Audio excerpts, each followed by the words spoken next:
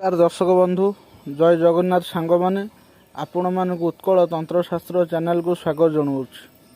दर्शक बंधु आज आम आलोचना करने जावा माँ सारला देवी साधना विषय बा माँ सारला साधना विषय।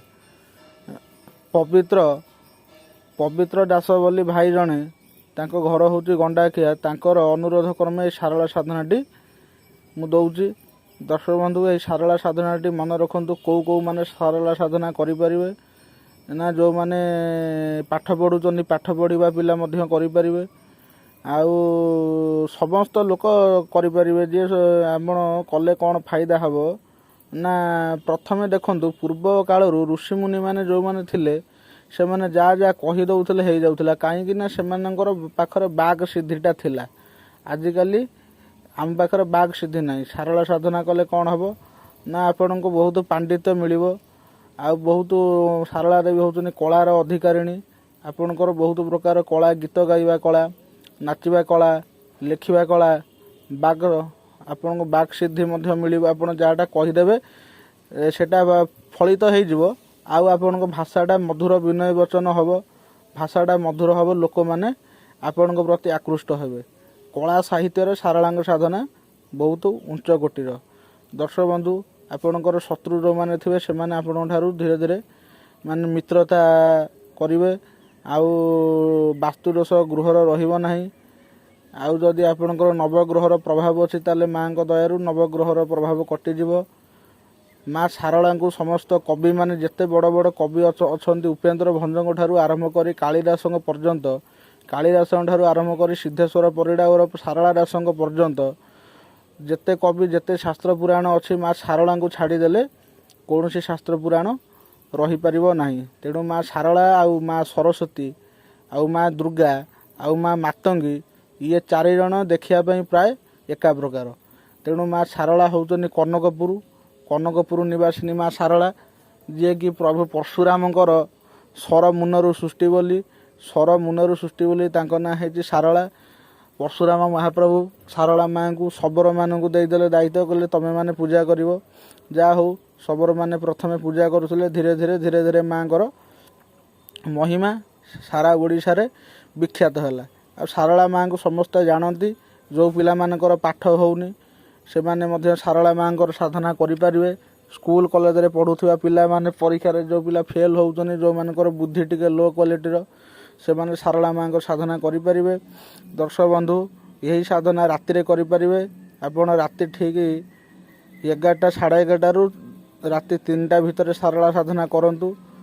आपणकर मुख हम पूर्व पटू मुह कर बसवे सबू हम लाल माँ को आस्थान हम लाल आपण कपड़ा हम लाल आपण लाल कलर धोती पिंधे आसन भी हम लाल आउ रक्त चंदन माला तुलसी माला बेल माला आमर रुद्राक्ष माला स्फटिक मालारे आपण माने यही माला मंत्र जप करें। जी माला गली ता भीतर जो माला मिल यही मालारे मंत्र जप हो पार। पद्म फूल आउ ब्रह्मकमल फूल आमर अपराजिता फूल लाल मंदार फूल लाल कई फूल इत्यादि फूल माने आपण चढ़ाई पारे। आउ मुख्य कथा हूँ कौन ना सारला साधना रे आपण जमी झुणा धूप दीप सबू देवे दीपटा भी गुआ घिर आप दीप करेंगे। दर्शक बंधु आउ सारला माँ फोटो लगे जदि तो सारला माँ फोटो ना ताहले सरस्वती माँ फोटो रखिपारे ना मंगला माँ फोटो ना दुर्गा माँ फोटो आप रखिपारे। आउ कौन करेंगे ना दर्शक बंधु साधना है 16 दिन साधना जदि 16 दिन में माँ प्रत्यक्ष न हो 21 दिन करदेव कौन असुविधा ना किंतु माँ को स्वच्छरे डाक पवित्र डाक मनरे डाक। मु मंत्रटी बहुत छोट मंत्र मु मंत्रटी आपन को चैनल स्क्रीन में शो करदेवी। मंत्र को प्रत्येक दिन 11 माला जप करेंगे प्रत्येक दिन 11 माला आप जप करेंगे। आ भोग जहाँ चाहिए दे पारे खीरी हो खेचड़ी हो पंचामृत दे पारे आशा पिठा दे पारे काकरा पिठा दे पारे माँ को मिश्री आउ चूड़ा घसा जोटा आम चूड़ा घसा आम सब जानी चूड़ा घसा कदली नड़िया ये सब छेना फेना माँ को हूँ प्रिय भोग। तेणु आपड़ जो भोग चाहिए माँ को दे पारे भोगर असुविधा ना आपण मैंने किंतु पियाज रसुण खाइबे ना आमिष खाइबे ना ଆଉ ଅରୁଆ ଅନ୍ନ ଖାଇପାରିବେ, ରୁଟି ଫୁଟି ସବୁ ଖାଇପାରିବେ, ବେଡ଼୍ରେ ଶୋଇବେ ନାହିଁ, ତଳେ ଶୋଇବେ, କାହାକୁ କଟୁ କଥା କହିବେ ନାହିଁ, ମିଛ କଥା କହିବେ ନାହିଁ। ଆଉ ଦେବତା, ବ୍ରାହ୍ମଣ, ଗୁରୁ, ଗୋମାତା, ଗୁରୁଜନ ଏମାନଙ୍କ ପ୍ରତି ସମ୍ମାନ ଦେବେ।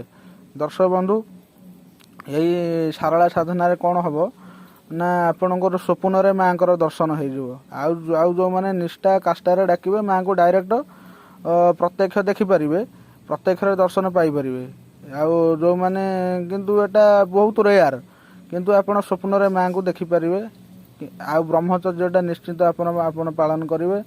ଫର୍ମାଲିଟି ପାଇଁ ସାଧନା କରନ୍ତୁନି।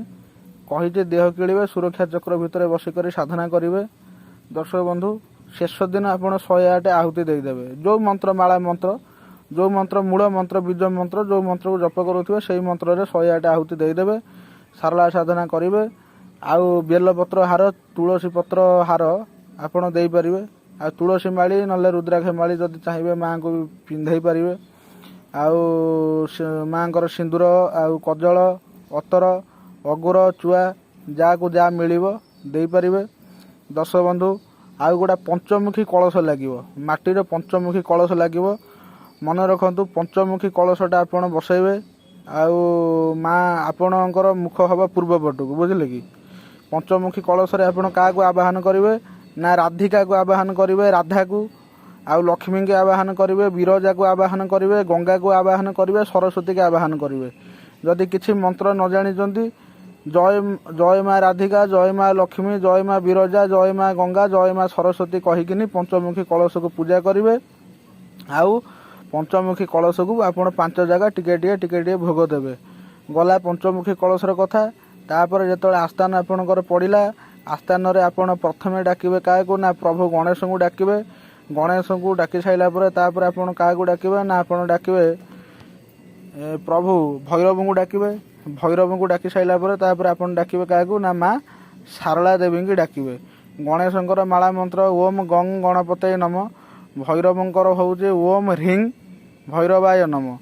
ତାପରେ ମା ସାରଳା ମାଙ୍କର ମନ୍ତ୍ର ମୁଁ କହିଦେବି। ଦର୍ଶକ ବନ୍ଧୁ, ଆପଣମାନେ ଏହି ମନ୍ତ୍ରରେ ଶେଷରେ ଆହୁତି ଦେବେ। ଆଉ ସାରଳା ମାଙ୍କର ସାଧନା କରନ୍ତୁ, ମାଙ୍କର ପୂଜା କରନ୍ତୁ। ମା ଆସିଲେ ଦର୍ଶକ ବନ୍ଧୁ ଧନ ଧ୍ୟାନ ଗୋପଲକ୍ଷ୍ମୀ ଘରରେ ପରିପୂର୍ଣ୍ଣ ହେବ। ଆପଣଙ୍କର ଦେଖନ୍ତୁ, ସାରଳା ମାଙ୍କର ମନ୍ତ୍ର ମୁଁ କହି ରଖୁଛି। ଓମ୍ ହ୍ରିମ୍ ଶ୍ରୀମ୍ କନକପୁର ନିବାସିନୀ ସିଦ୍ଧ ସାରଳା ଦେବେ ଶ୍ରୀମ୍ ହ୍ରିମ୍ ନମ। ଓମ୍ ହ୍ରିମ୍ ଶ୍ରୀମ୍ କନକପୁର ନିବାସିନୀ ସିଦ୍ଧ ସାରଳା ଦେବେ ଶ୍ରୀମ୍ ହ୍ରିମ୍ ନମଃ। ଓମ୍ ହ୍ରିମ୍ ଶ୍ରୀମ୍ କନକପୁର ନିବାସିନୀ ସିଦ୍ଧ ସାରଳା ଦେବେ ଶ୍ରୀମ୍ ହ୍ରିମ୍ ନମଃ। ଓମ୍ ହ୍ରିମ୍ ଶ୍ରୀମ୍ କନକପୁର ନିବାସିନୀ ସିଦ୍ଧ ସାରଳା ଦେବେ ଶ୍ରୀମ୍ ହ୍ରିମ୍ ନମଃ। ଓମ୍ ହ୍ରିମ୍ ଶ୍ରୀମ୍ କନକପୁର ନିବାସିନୀ ସିଦ୍ଧ ସାରଳା ଦେବେ ଶ୍ରୀମ୍ ହ୍ରିମ୍ ନମଃ। ମନ୍ତ୍ରଟିକି ପ୍ରଥମେ ଆପଣ ଲେଖି ରଖନ୍ତୁ, ମୁଁ ମୋ ଚ୍ୟାନେଲ୍ ସ୍କ୍ରିନ୍ରେ ଶୋ କରିଦେବି। ମନ୍ତ୍ରଟିକି ପ୍ରଥମେ ଭଲ ଭାବରେ ପଢ଼ନ୍ତୁ। ଆଉ ମନ୍ତ୍ରଟିକି ଗୋଟେ ସାଧା କାଗଜରେ ଲେଖି ରଖନ୍ତୁ ସଠିକ୍ ଭାବରେ ଉଚ୍ଚାରଣ କରନ୍ତୁ, ଯେମିତି ମନ୍ତ୍ରଟାକୁ ଆପଣ ଭୁଲ ଭାଲ ଉଚ୍ଚାରଣ ନ କରନ୍ତି। ଦର୍ଶକ ବନ୍ଧୁ, ଏହି ସାଧନା ଆପଣ କେଉଁଠି କରିପାରିବେ ନା ନିଜ ଠାକୁର ଘରେ କରିପାରିବେ, ନିଜ ଛାତ ଉପରେ କରିପାରିବେ, ଖୋଲା ଆକାଶ ତଳେ କରିପାରିବେ, ତୁଳସୀ ବଣ ମୂଳରେ କରିପାରିବେ, ବେଲଗଛ ମୂଳରେ କରିପାରିବେ, କୌଣସି ଦେବୀ ମନ୍ଦିରରେ କରିବେ, ନହେଲେ ସାରଳା ମନ୍ଦିରରେ, ଦୁର୍ଗା ମନ୍ଦିରରେ କରିପାରିବେ, କାଳୀ ମନ୍ଦିରରେ କରିପାରିବେ। ବୁଝିଲେ କି ଦର୍ଶକ ବନ୍ଧୁ? ଆପଣଙ୍କର ଗ୍ରାମ ଠାକୁରାଣୀ ମନ୍ଦିରରେ କରିପାରିବେ। ଏଥିରେ କୌଣସି ଅସୁବିଧା ନାହିଁ। କିନ୍ତୁ ସାଧନା କେବେ କରିବେ ନା ନବରାତ୍ରି ସମୟରେ କରନ୍ତୁ। ଦୁର୍ଗା ପୂଜା ଯେଉଁ ଶାରଦୀୟ ନବରାତ୍ରି, ବାସନ୍ତିକ ନବରାତ୍ରି ସମୟରେ କରନ୍ତୁ। ସାଧନା 16 ଦିନ କରିବେ, କିନ୍ତୁ ଯଦି 16 ଦିନରେ ଆପଣଙ୍କର ପ୍ରତ୍ୟକ୍ଷ ନହେଲା ତାହେଲେ 21 ଦିନ ବଢ଼େଇ ଦେବେ। ଦର୍ଶକ ବନ୍ଧୁ, ଆପଣଙ୍କର କହିଲି ନବରାତ୍ରି ସମୟରେ କରିପାରିବେ।